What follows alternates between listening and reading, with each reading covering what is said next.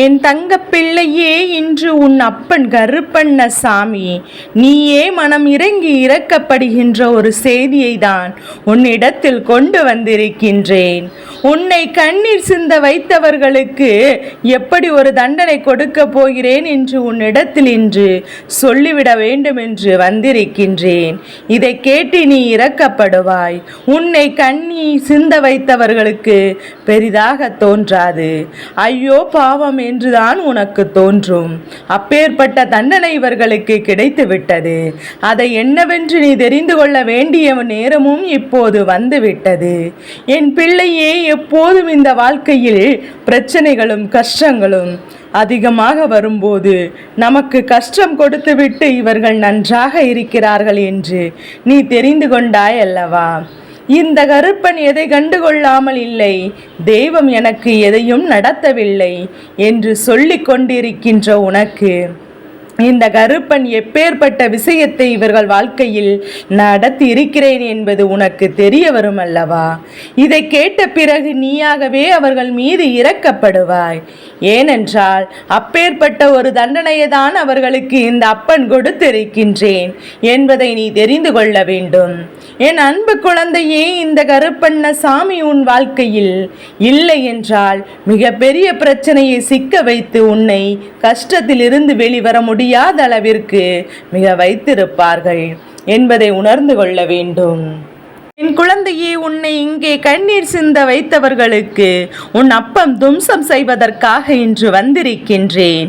என் குழந்தையே, இந்த அப்பனுடைய வார்த்தைகள் என்று சொல்லும் பிள்ளைக்கு மட்டுமே சொந்தமானது. என்னுடைய வாக்கானது உன் மனதிற்கு மிகப்பெரிய ஆறுதலையும் நிம்மதியையும் தந்து கொண்டுதான் இருக்கும். என் குழந்தையே, நீ இங்கே எத்தனை துன்பங்களை தாங்கிக் கொண்டிருந்தாலும் நீ இருக்கிறாய் என்ற தைரியத்தில் தான் இத்தனை கஷ்டங்களையும் நான் கடந்து வந்து கொண்டிருக்கிறேன் என்று என்னை முழுமையாக நம்பிவிட்டாய் அல்லவா? உன்னுடைய நம்பிக்கை என்றும் வீண் போகிவிடாது. என் தங்கமே, நீ அனுபவித்த கஷ்டங்கள் எல்லாம் நிச்சயமாக பதில் கிடைக்கத்தான் போகின்றது. என் பிள்ளையே, என்னிடத்தில் நீ உதவி எதிர்பார்க்கின்றாய் அல்லவா? நீ எதிர்பார்த்து நிற்கின்ற விஷயங்கள் எல்லாம் நிச்சயமாக மற்றவரிடத்தில் வேண்டுமெனால் ஏமாற்றமாக இருக்கலாம். ஆனால் இந்த கருப்பண்ணசாமி உன்னுடைய எதிர்பார்ப்புகளை நிச்சயமாக நிறைவேற்றி தரத்தான் போகிறேன். என் பிள்ளையே, நீ எதிர்பார்த்த விஷயங்கள் எல்லாம் உனக்கான உரிய நேரத்தில் உன்னை வந்து சேர்ந்துவிடும். அதற்காக நீ எப்போதும் என்னையே நினைத்து கொண்டு என் பிள்ளை என் நாமத்தை திரும்ப திரும்ப சொல்லிக்கொண்டு என்னை அழைத்து கொண்டிருக்கின்றாய் அல்லவா? என் தங்க பிள்ளையே, இப்படிப்பட்ட உன்னை ஒருபோதும் கைவிட மாட்டேன். இனி நம்பிக்கையோடு வாழ வேண்டிய நேரம் வந்துவிட்டது. நீ எந்த வேண்டுதலை நினைத்து, எந்த ஒரு கஷ்டத்தை நினைத்து இந்த கருப்பசாமியிடம் சரணடைந்தாயோ நிச்சயமாக அது உனக்கு நல்ல பலனை கொடுக்கத்தான் போகின்றது. ஆயிரம் பேர்கள் கூட உன்னை அழிக்க வேண்டும் என்று அங்கே திட்டம் தீட்டி கொண்டிருக்கலாம். உன்னுடைய வேலையை முறியடித்து உன்னை நல்லபடியாக வாழ வைக்கப் போகின்றேன். உனக்கு இந்த கருப்பண்ணசாமி நானே வருவேன் என்பதை நீ மறந்து விடாதே. என் குழந்தையே, உன்னோடு இருப்பதை நீ என்னவென்று தெரிந்து கொண்டு அதன் பிறகு அப்பன் உன் வாழ்க்கையில் என்னென்ன செய்கிறேன் என்று இன்று நீ தெரிந்து கொள்ளப் போகின்றாய். உன்னை கண்ணீர் சிந்த வைத்தவரை ஒருவரை முதலில் நான் யார் என்று சொல்கிறேன். அதன் பிறகு தெய்வம் அவர்களுக்கு என்ன தண்டனை கொடுத்தது என்று சொல்கிறேன். என் குழந்தையே, சில காலமாக உன் வாழ்க்கையில் நடக்கின்ற விஷயங்கள் ஒன்று மிகுதியான பாதிப்படைகிறது. கண்ணீரை கூட சிந்துவதற்கு உனக்கு மனம் இல்லை. எங்கே உடைந்து விடுமோ, எங்கே நம்பிக்கை இழந்து விடுமோ என்று சொல்லி கண்ணீர் சிந்துவதற்கூட என் பிள்ளை ஒரு முறைக்கு பல முறை யோசித்து கொண்டிருக்கின்றாய். இனிமேல் எல்லாவற்றையும் முடித்து கொண்டு நாம் இந்த வாழ்க்கையை விட்டு ஒதுங்கி சென்று விடலாம் என்று நினைத்த போதுதான் உனக்கு யார் ஒருவர் உன்னிடத்தில் வந்து நீ எடுத்த முடிவு சரிதான், இதுவெல்லாம் உனக்கு சரிபட்டு வராது என்று சொல்லி இந்த வாழ்க்கையை விட்டு விலகி செல்ல சொன்னார்களோ அவர்கள்தான் உன்னை கண்ணீர் சிந்த வைத்தவர்கள். ஏன் தெரியுமா? எந்த ஒரு முடிவையும் எடுப்பதற்கு முன்பாக ஒரு முடிவை எடுப்பதனால் யாருக்கும் நன்மைகள் விளைவிக்கும், யாரும் கெடுதல் நடக்கும். இதையெல்லாம் ஆராய்ந்து பார்த்துதான் நான் ஆலோசனை கூட சொல்ல வேண்டும் அல்லவா? ஆனால் உன்னிடத்தில் வந்து சொன்ன அந்த நபர் சுயநலத்தோடு உள்ள நோக்கத்தோடும் கஷ்டப்படுத்த வேண்டும் என்றுதான் இப்படிப்பட்ட வார்த்தைகளை உன்னிடத்தில் சொன்னார் என்பதில் எந்தவித மாற்று கருத்தும் கிடையாது. அந்த நபர்தான் இந்த அப்பனிடத்திலிருந்து தண்டையை பெற்றிருக்கின்றார். என் பிள்ளையே, எத்தனையோ முறை நீ துன்பங்களில் உனக்கென்று கொண்டு அடுத்தது என்ன செய்யலாம் என்று சிந்தனைகள் எல்லாமே அப்படியே பட்ட தருணங்களில் எல்லாம் இந்த கருப்பண்ண சாமி உனக்கு துணையாக நான் வந்து கொண்டிருந்தேன். என் பிள்ளையின் வாழ்க்கையை எனக்கு மிக முக்கியம் அல்லவா? இந்த வாழ்க்கை நமக்கு ஏன் எத்தனை கஷ்டங்களை கொடுத்தது? இனி அடுத்தது என்ன செய்வது என்று யோசித்து கொண்டு நீ போகின்ற பாதையில் கவனம் இல்லாமல் உனக்குள்ளேயே பேசிக்கொண்டு உன் எதிரே வருபவர்கள் யார் பேசுகிறார்கள், யார் எப்படிப்பட்டவர்கள் என்பதை கூட நீ கவனிக்காமல் அங்கே சென்று கொண்டிருக்கின்றாய். இன்னும் அப்பன் மட்டும் உனக்கு துணையாக வராமல் இருந்திருந்தால் நீ எப்போதோ ஏதோ ஒரு விபத்தில் சிக்கி கொண்டிருப்பாய். அப்போதெல்லாம் உன்னை வழித்துணையாக வந்து மீட்டு வந்திருக்கிறேன் என்பதை மறந்துவிடக் கூடாது. என் பிள்ளையே, உனக்கு இப்படிப்பட்ட ஒரு கஷ்டத்தை கொடுத்தவருக்கு முதலில் நீ என்னவென்று தெரிந்து கொள்ள வேண்டும். அது உன்னுடைய குலதெய்வம். உன்னுடைய குலதெய்வம் இந்த கருப்பண்ண சாமி உன் வாழ்க்கையில் உன்னை கண்ணீர் சிந்த விளையாடியவர்களுக்கு மிகப்பெரிய தண்டனையை தான் கொடுத்திருக்கின்றேன். அது மட்டுமல்ல, ஒருவர் தெரிந்த தவறுகள் தெரியாமல் தவறுகள் செய்திருந்தாலும் அவர்களை நல்வடுத்த வேண்டியது இந்த அப்பன் என்னுடைய பொறுப்பு அல்லவா? இவர்கள் எண்ணம் எப்படி இருந்தது என்று தெரியுமா? நாம் எல்லா தவறுகளையும் செய்துவிட்டு நாம் தெய்வத்திடம் சென்று விட்டோம். ஆனால் நாம் தெய்வம் நமக்கு எல்லாவற்றையும் மன்னித்து நல்ல விஷயங்களையும் எல்லாம் செய்து கொடுக்கும் என்று இவர்கள் நினைத்து விட்டார்கள். ஆனால் இவர்களுக்கு இப்போது கிடைத்திருக்கின்ற தண்டனை என்னவென்று கேட்டால், என் பிள்ளை, நிச்சயமாக நீ கண்கள் கலங்கிதான் போவாய். உன் வாழ்க்கையில் இவர்கள் ஏற்படுத்த நினைத்திருந்த பிரச்சனைகள் எல்லாமே இந்த வாழ்க்கையில் எப்போதும் நீ மீண்டு வந்து விடக்கூடாது என்பதை அடிப்படையாக கொண்டது. எந்த நேரத்திலும் உன்னுடைய வாழ்க்கையை நீ மீண்டும் சந்தோஷப்படும்படி அமைத்து கொள்ளக்கூடாது. அது மட்டுமல்ல, உன்னுடைய சந்ததிகளும் நன்றாக இருக்கக்கூடாது என்று அவர்கள் நினைத்திருந்தார்கள். இப்போது அவர்களுக்கு நடக்க இருக்கின்ற விஷயத்தை நான் சொல்லிவிடுகின்றேன். அவர்களுக்கு இந்த அப்பன் கொடுத்த தண்டனை என்ன தெரியுமா? அவர்கள் வாழ்க்கையில் நல்லது நடந்து எதுவும் இனி நடக்கப் போவதும் இல்லை. உனக்கு என்னெல்லாம் நடக்க வேண்டும் என்று நினைத்தார்களோ அதுவெல்லாம் அவர்களின் பக்கமே திரும்பிவிடப் போகின்றது. உன்னுடைய சந்ததியின் ஒருவருக்கு மிகப்பெரிய பிரச்சனை வரப்போகின்றது. இவருக்கு இருக்கின்ற ஒரு மிகப்பெரிய கஷ்டங்கள் எல்லாம் சிந்தித்து விடாமல் எல்லாவற்றையும் இழந்து நிற்கப் போகிறார்கள். இது மட்டும்தான் நான் சொன்னதற்கு காரணம் கிடையாது. என் பிள்ளையே, உன் குலதெய்வத்தையும் இவர்களுக்கு மிகப்பெரிய தண்டனை என்ன தெரியுமா? என்ன வேண்டுதலை என் முன்னால் வைத்திருந்தாலும் இனி தெய்வத்தின் பார்வையானது ஒருபோதும் அவர்களின் மீது படாது. அவர்களுக்கு தெரியவில்லை, இனிமேல் தெரிந்து கொள்ளவும் போகிறார்கள். என்ன தெரியுமா? இவ்வளவு காலத்திற்கு முன்னாலும் அவர்கள் இப்போது நடந்து கொண்டிருக்கின்ற விஷயங்கள் பல மாற்றங்கள் ஏற்படும். அந்த மாற்றங்களை அவர்களால் என்னவென்று புரிந்து கொள்ள முடியாது. எதற்காக நாம் நினைத்தது எதுவும் நடக்கவில்லை. நாம் எத்தனை முயற்சிகளை செய்தோம், நமக்கு இந்த காரியத்தை சாதிக்க முடியவில்லையே என்று அங்கே வேதனைப்படுவார்கள். கடைசியாக இதுவெல்லாம் நடக்காமல் போனதற்கு காரணம் இந்த குலதெய்வத்தின் தண்டனை அவர்களுக்கு இல்லை என்பதையும், அவர்கள் இப்படி ஒரு தண்டனை கொடுக்க காரணம் என்ன என்பதையும் இந்த கருப்பண்ணசாமியே இவர்கள் தன்னுடைய காரியத்திற்காக பயன்படுத்த துணிந்து விட்டார்கள். நாம் செய்கின்ற தவறுக்கு தன்னுடைய குலதெய்வத்தையே இவர்கள் உடனழைத்தார்கள் அல்லவா? நீ என்னோடு இருந்து கொண்டு இவர்கள் வாழ்க்கையை அழித்துவிட்டு அப்போதுதான் நாம் சந்தோஷப்படுவேன் என்றல்லவா என்னிடத்தில் கேட்டார்கள். இப்படிப்பட்ட எண்ணம் கொண்டவர்களை தெய்வம் ஒரு நாளும் தண்டிக்காமல் விடாது என்பதை புரிந்து கொண்டாய் அல்லவா? இனி உனக்காக எந்த ஒரு விஷயங்களும் உனக்கு தள்ளி போகாது. அதே நேரத்தில் தானாகவே மற்றவர்களுக்கு கெடுதலை செய்விட்டு தெய்வத்திடம் வந்து மண்டியிட்டு கொண்டால் இந்த தெய்வமானது ஒருபோதும் அவர்களை தண்டிக்காமல் விடாது என்பதை நீ புரிந்து கொள்ள வேண்டும்.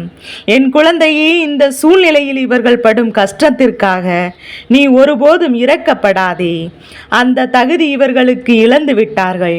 உன்னுடைய கண்ணீரை கண்டு ரசித்தவர்கள், உன்னுடைய உடன் சந்ததிகள் வாழக்கூடாது என்று நினைத்தவர்கள், இந்த வாழ்க்கையில் நிலையாக இருக்கக்கூடாது என்று மனதார தெய்வத்திடம் வேண்டியவர்களுக்கு நீ மன்னிப்பினை கொடுத்ததை நிறுத்திவிட்டு உன்னுடைய வாழ்க்கையில் எல்லா விஷயங்களும் இப்போது நீ தயாராக இருந்தால் போதும். அவரவர்கள் செய்த பாவங்களுக்கான தண்டனை நிச்சயமாக கிடைக்கும். நீ எப்போதும் நல்ல எண்ணங்களோடு நல்ல செயல்களை செய்து வந்தால் போதும். என் அன்பு குழந்தைக்கு எப்போதுமே இந்த கருப்பண்ண சாமி துணையாக இருந்து கொண்டிருப்பேன். நினைக்கின்ற எல்லாவற்றையும் உனக்காக உன் வாழ்க்கையில் செய்து கொடுக்க போகிறேன். இதுவரை எனக்கு துன்பங்களை மட்டும் கொடுக்கின்றாய் என் அப்பனே என்று என்னிடம் கேட்டாய் அல்லவா? மனம் பொறுக்காமல் ஏதோ ஒரு சில வார்த்தைகள் என்னிடம் பேசினாய் அல்லவா? அதுவெல்லாம் இந்த கருப்பனிடத்தில் நீ காட்டிய அன்பின் அடையாளமாகத்தான் அதை நான் பார்க்கின்றேன். உண்மையான அன்பு இருக்கின்ற இடத்தில் நிச்சயமாக கோபமும் வரத்தானே செய்யும். என் குழந்தையே, பணம் எவனிடம் இருக்கின்றதோ அவனிடம்தான் எல்லா அபகம் இருக்கும். அவனா என்கின்ற பொறாமையும் இருக்கும். எனக்கு என்கின்ற பேராசை அதிகமாக இருக்கும். இதுவெல்லாம் பாவத்தின் அடையாளமாகத்தான் அவரிடத்தில் சேர்ந்திருக்கின்றது. பணம் மட்டும் வாழ்க்கையில் இருந்துவிட்டால் போதாது, புண்ணியமும் கிடையாது. சிலருக்கு நல்ல விஷயங்கள் செய்து மனதார மற்றவரின் ஆசிகளையும் நீ பெற வேண்டும் அல்லவா? என் குழந்தையே, அதுபோலதான் உனக்கெதெல்லாம் எதுவாக இருந்தாலும் அதுவெல்லாம் உன்னை வந்து நிச்சயமாக சேரத்தான் போகின்றது. உன் வாழ்க்கையில் இருக்கக்கூடிய எல்லா சிக்கல்களையும் கடந்து எல்லாம் விஷயங்களிலும் உன்னிடத்தில் கொண்டு வந்து சேர்ப்பேன். அப்போது உனக்காக நீ ஆச்சரியப்படும்படி நடந்து முடியும். எல்லாமே நல்லதாகவே நடக்கும் என்பதை நினைவில் வைத்துக்கொள். கண்ணீர் சிந்த வைத்துவிட்டு மனவேதனையில் தள்ளிவிட்டு அவர்கள் சந்தோஷமாக இருந்துவிட முடியும் என்று நினைத்து கொண்டிருக்கிறார்கள். நான் அவரிடத்தில் இந்த வாழ்க்கை என்றால் என்ன என்று மிகப்பெரிய பாடத்தை உணர்த்தத்தான் போகின்றேன். உனக்கு ஏற்பட்ட கஷ்டத்திற்கான தீர்வினை அவர்கள் நிச்சயமாக அனுபவிக்கத்தான் போகிறார்கள். இதற்கு முன்பு உன்னுடைய வேதனைகளை எல்லாம் அவரிடத்தில் புரிய வைக்க வேண்டும் என்று எத்தனையோ சூழ்நிலைகளும் வாய்ப்புகளையும் கொடுத்தேன். ஆனால் அதையெல்லாம் நான் உணர்ந்து கொள்ளவில்லை. மீண்டும் மீண்டும் உனக்கு அதே தவறினை தான் செய்து கொண்டிருக்கிறார்கள். அவர்கள் திருந்திருந்தால் கூட என் தண்டனையிலிருந்து தப்பியிருப்பார்கள். அவர்கள் இன்னும் திருந்தவில்லை. நிச்சயமாக தப்பியிருப்பார்கள். இன்று கருப்பனுடைய சக்தி என்னவென்பதையும் என்னுடைய தண்டனை எப்படிப்பட்டதாக இருக்கும் என்பதையும் இனி அவர்கள் பார்க்கத்தான் போகிறார்கள். நீ மனதார யாருக்கும் எந்த தீங்கும் செய்யாமல் அப்பனே கதி என்று இருக்கின்ற என் குழந்தை அல்லவா, அங்கே சீண்டி பார்க்க நினைத்து விட்டார்கள். உனக்கு துரோகம் செய்யவும் துணிந்து விட்டார்கள் அல்லவா? உன்னிடத்தில் இருந்தே அவர்கள் நன்மைகளை பெற்றுக்கொண்டு உன்னை கீழே தள்ளிவிடவும் நினைத்தார்கள். இவர்கள் அதை மீண்டும் மீண்டும் செய்து கொண்டுதான் இருக்கின்றார்கள். ஒவ்வொரு நாளும் ஒவ்வொரு நிமிடமும் என் குழந்தை அங்கே சங்கடத்தில் மனவேதனையில் தவித்து கொண்டிருக்கின்றது. இவர்களை எல்லாம் பற்றி நினைக்கும் போது உன்னுடைய மனவேதனை அதிகமாகி விடுகின்றது. அப்பனே, எனக்கு நல்லது செய்வாயா என்று அழைக்க போதும் எல்லாம் உன் அப்பன் உடனடியாக ஓடி வர வேண்டும் என்று நினைக்கின்றேன். ஆனால் அதுவரை இவர்களின் ஆட்டமெல்லாம் போகும். என் குழந்தையினை எந்த அளவிற்கு சோதித்து பார்க்கிறார்கள் என்றுதான் நான் பார்த்து கொண்டிருந்தேன். அப்படிப்பட்ட தவறுகளை சரி செய்வதற்கான கால நேரத்தையும் கொடுத்தேன். ஆனால் இந்த அப்பனுக்கு அவர்களுக்கு அதிகமான காலத்தையும் நேரத்தையும் வாய்ப்புகளையும் கொடுத்து விட்டதாக இன்று எண்ணுகின்றேன். நீ நிச்சயமாக உன்னை இந்த சோதனை காலத்திலிருந்து நான் மீட்டெடுக்கத்தான் போகின்றேன். உன்னை சந்தோஷமான காலத்திற்கு அழைத்து செல்ல உன் அப்பன் இன்று உன்னிடத்தில் வந்து விட்டேன் என்பதை மறந்து விடாதே. நினைவில் வைத்துக்கொள் என் பிள்ளையே. நீ உன்னுடைய மன நிம்மதியோடு இன்றைய நாளை கடந்துவிடு. நாளை விடியும் போது உன் வாழ்க்கையில் மிகப்பெரிய மாற்றத்தை நீயாக உணர்ந்து கொள்வாய். உன் அப்பன் உன்னோடு இருப்பதை நிச்சயமாக கண்கூடாக காண்பாய். என் தங்க பிள்ளையே, நீ அன்று என்னிடத்தில் வந்து கேட்டாய் அல்லவா, அப்பனே, நான் நாள்தோறும் உன்னை மட்டும் வணங்குகிறேன், உன்னை மட்டுமே நினைக்கின்றேன், உன்னையே கதி என்று சரணடைந்து விட்ட பிறகு ஏனோ இன்னும் எனக்கு சோதனைகளை கொடுக்கிறீர்களே, என்னை சோதித்து பார்ப்பதில் உனக்கு அவ்வளவு என்ன சந்தோஷம் என்று என்னிடத்தில் நீ முறையிட்டால் அல்லவா. உன்னுடைய வார்த்தைகளை கேட்டபோது இந்த அப்பனின் மனம் நொறுங்கிதான் போனது. இனி ஒருபோதும் என் பிள்ளைக்கு பிரச்சனைகளும் துன்பத்திலும் நிச்சயமாக நான் இருக்க விட மாட்டேன். என் குழந்தை, நீ என்னுடைய சந்தோஷத்தை அனுபவிக்கப் போகின்ற கால நேரம் கூடி வந்து விட்டது. உன்னை ஏமாற்ற திட்டம் தீட்டி அவர்களுக்கு தகுந்த தண்டனையை நான் வழங்கப் போகின்றேன்.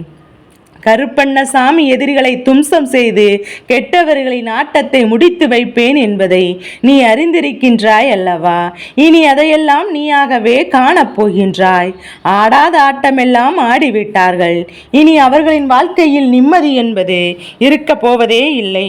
அவர்கள் செய்த தவறுக்கு தண்டனை பெற உன்னிடத்தில் வந்து மன்னிப்பினையும் கேட்கப் போகிறார்கள்.